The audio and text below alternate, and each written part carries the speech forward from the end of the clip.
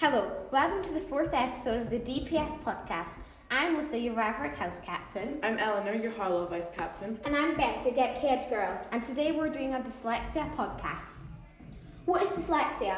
Well, dyslexia is a learning difficulty, but it's not an illness. The difficulties people have with dyslexia usually involve words, such as reading words, spelling words, or writing words. This can make remembering and organising things harder. Dyslexia does not affect intelligence. Many dyslexic people are excellent problem solvers, designers, builders, and inventors. In fact, there's nothing dyslexic people can't do. They may just do things in a different way. Some strategies used by dyslexic people to help with words include coloured paper, coloured overlays, glasses, and taking extra time to do things. In fact, many of these strategies are helpful to everyone in their learning. I hope this has helped you understand more about dyslexia and people with dyslexia. We all need to continue to learn more about dyslexia. Hello, I'm Emma Kirby and I'm your Premier House Captain. Hello, I'm Freya Taylor and I'm your Raverick House Captain. And today we are joined by a dyslexic pupil of Dean Park. Now, thank you so much for being here and doing this interview with us. It's a pleasure. Now, are you ready for your first question? Yep. Okay, what is your personal experience with dyslexia? Well, I found out I had a learning difficulty in primary 3, and that learning difficulty was called dyslexia. And for me, I find reading, writing, maths quite tricky. Okay, so quite early on then. Yes. Are you ready for question 2? Yeah. Do you think people should learn about dyslexia and why?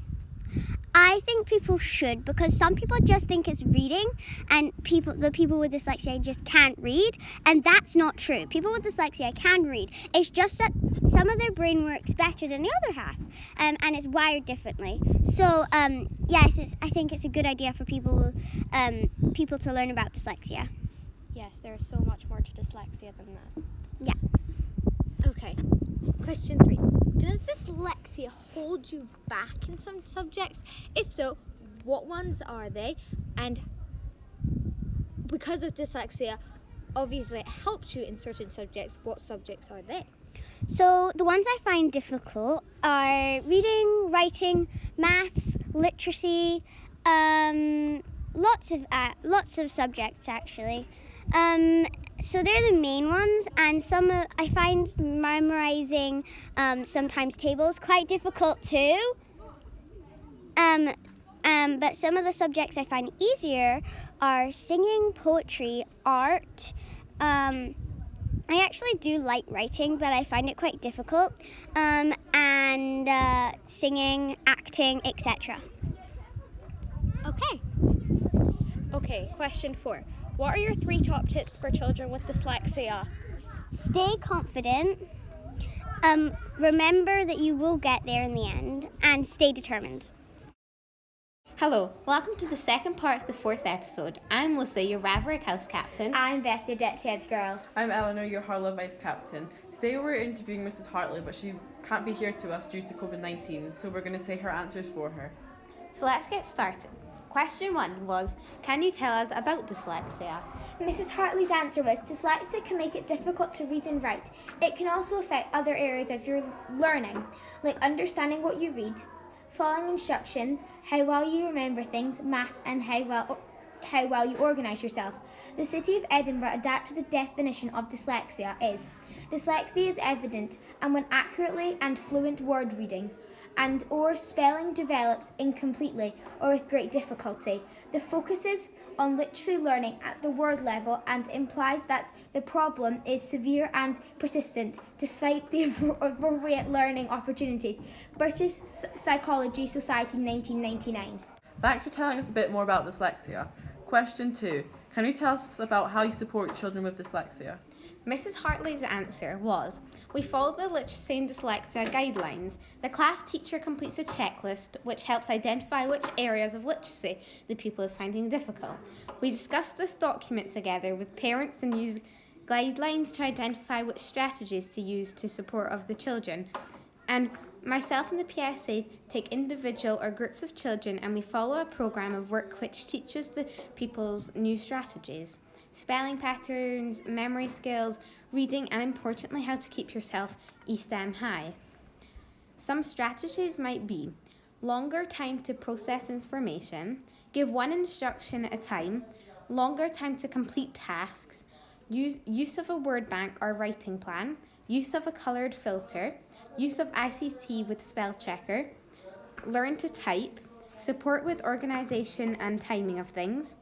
Barrington Stoke Books, a publisher who prints their books on yellow paper and uses dyslexic font, literacy programmes with SFL or PSA. So that's some strategies to help people with dyslexia. Question 3 was, why do dyslexic people find it more difficult with activities than others? This is Mrs. Hartley's answer.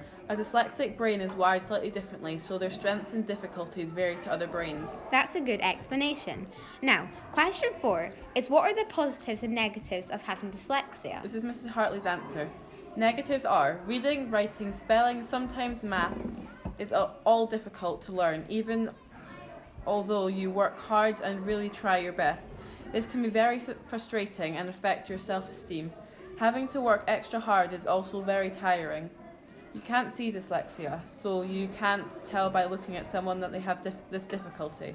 This means that sometimes people expect more of you or don't understand what it's like. Dyslexia doesn't not go away. The person will have to develop their own copying strategies and get support to be able to make progress and be able to reach their full potential. Lots of people have dyslexia, 1 in 10 people. It can affect you a lot or a little. Dyslexia can run in families, just as everyone is different. Not everyone with dyslexia has exactly the same difficulties or strengths. Dyslexic should not hold you back from doing whatever you want to do in the future.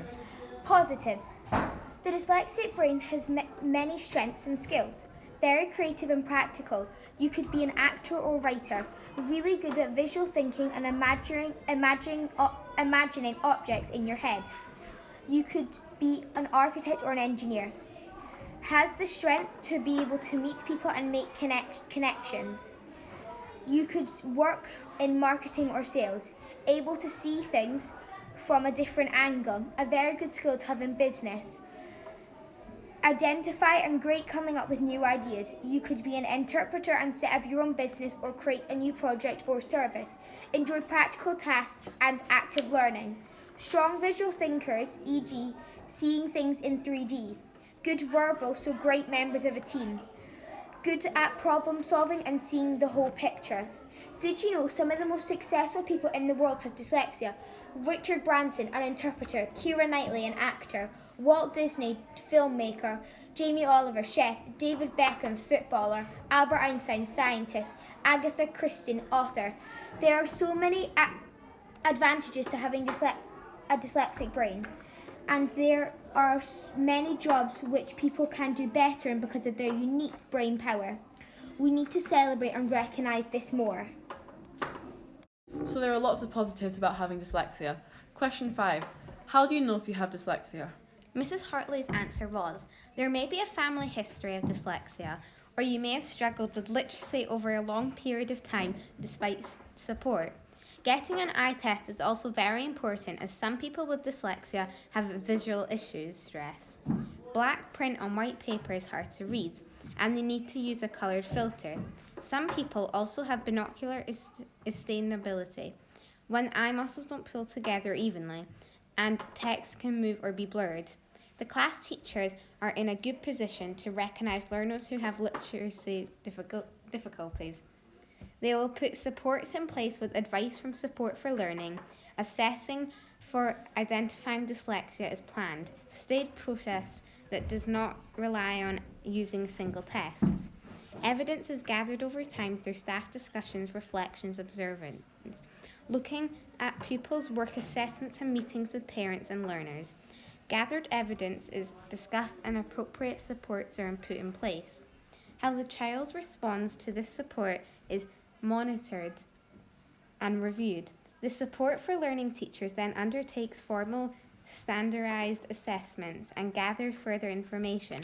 All evidence is reviewed, and as a team we decide whether a pupil is given dyslexic identification or not. If you are worried about this or have any questions, please speak to your class teacher or Mrs. Hartley. We hope this has helped you learn more about dyslexia and people with dyslexia and their struggles and their positives. Thank you for listening to the 4th episode of the DPS podcast. We hope you enjoyed the Dyslexia podcast. Bye. Bye. Bye.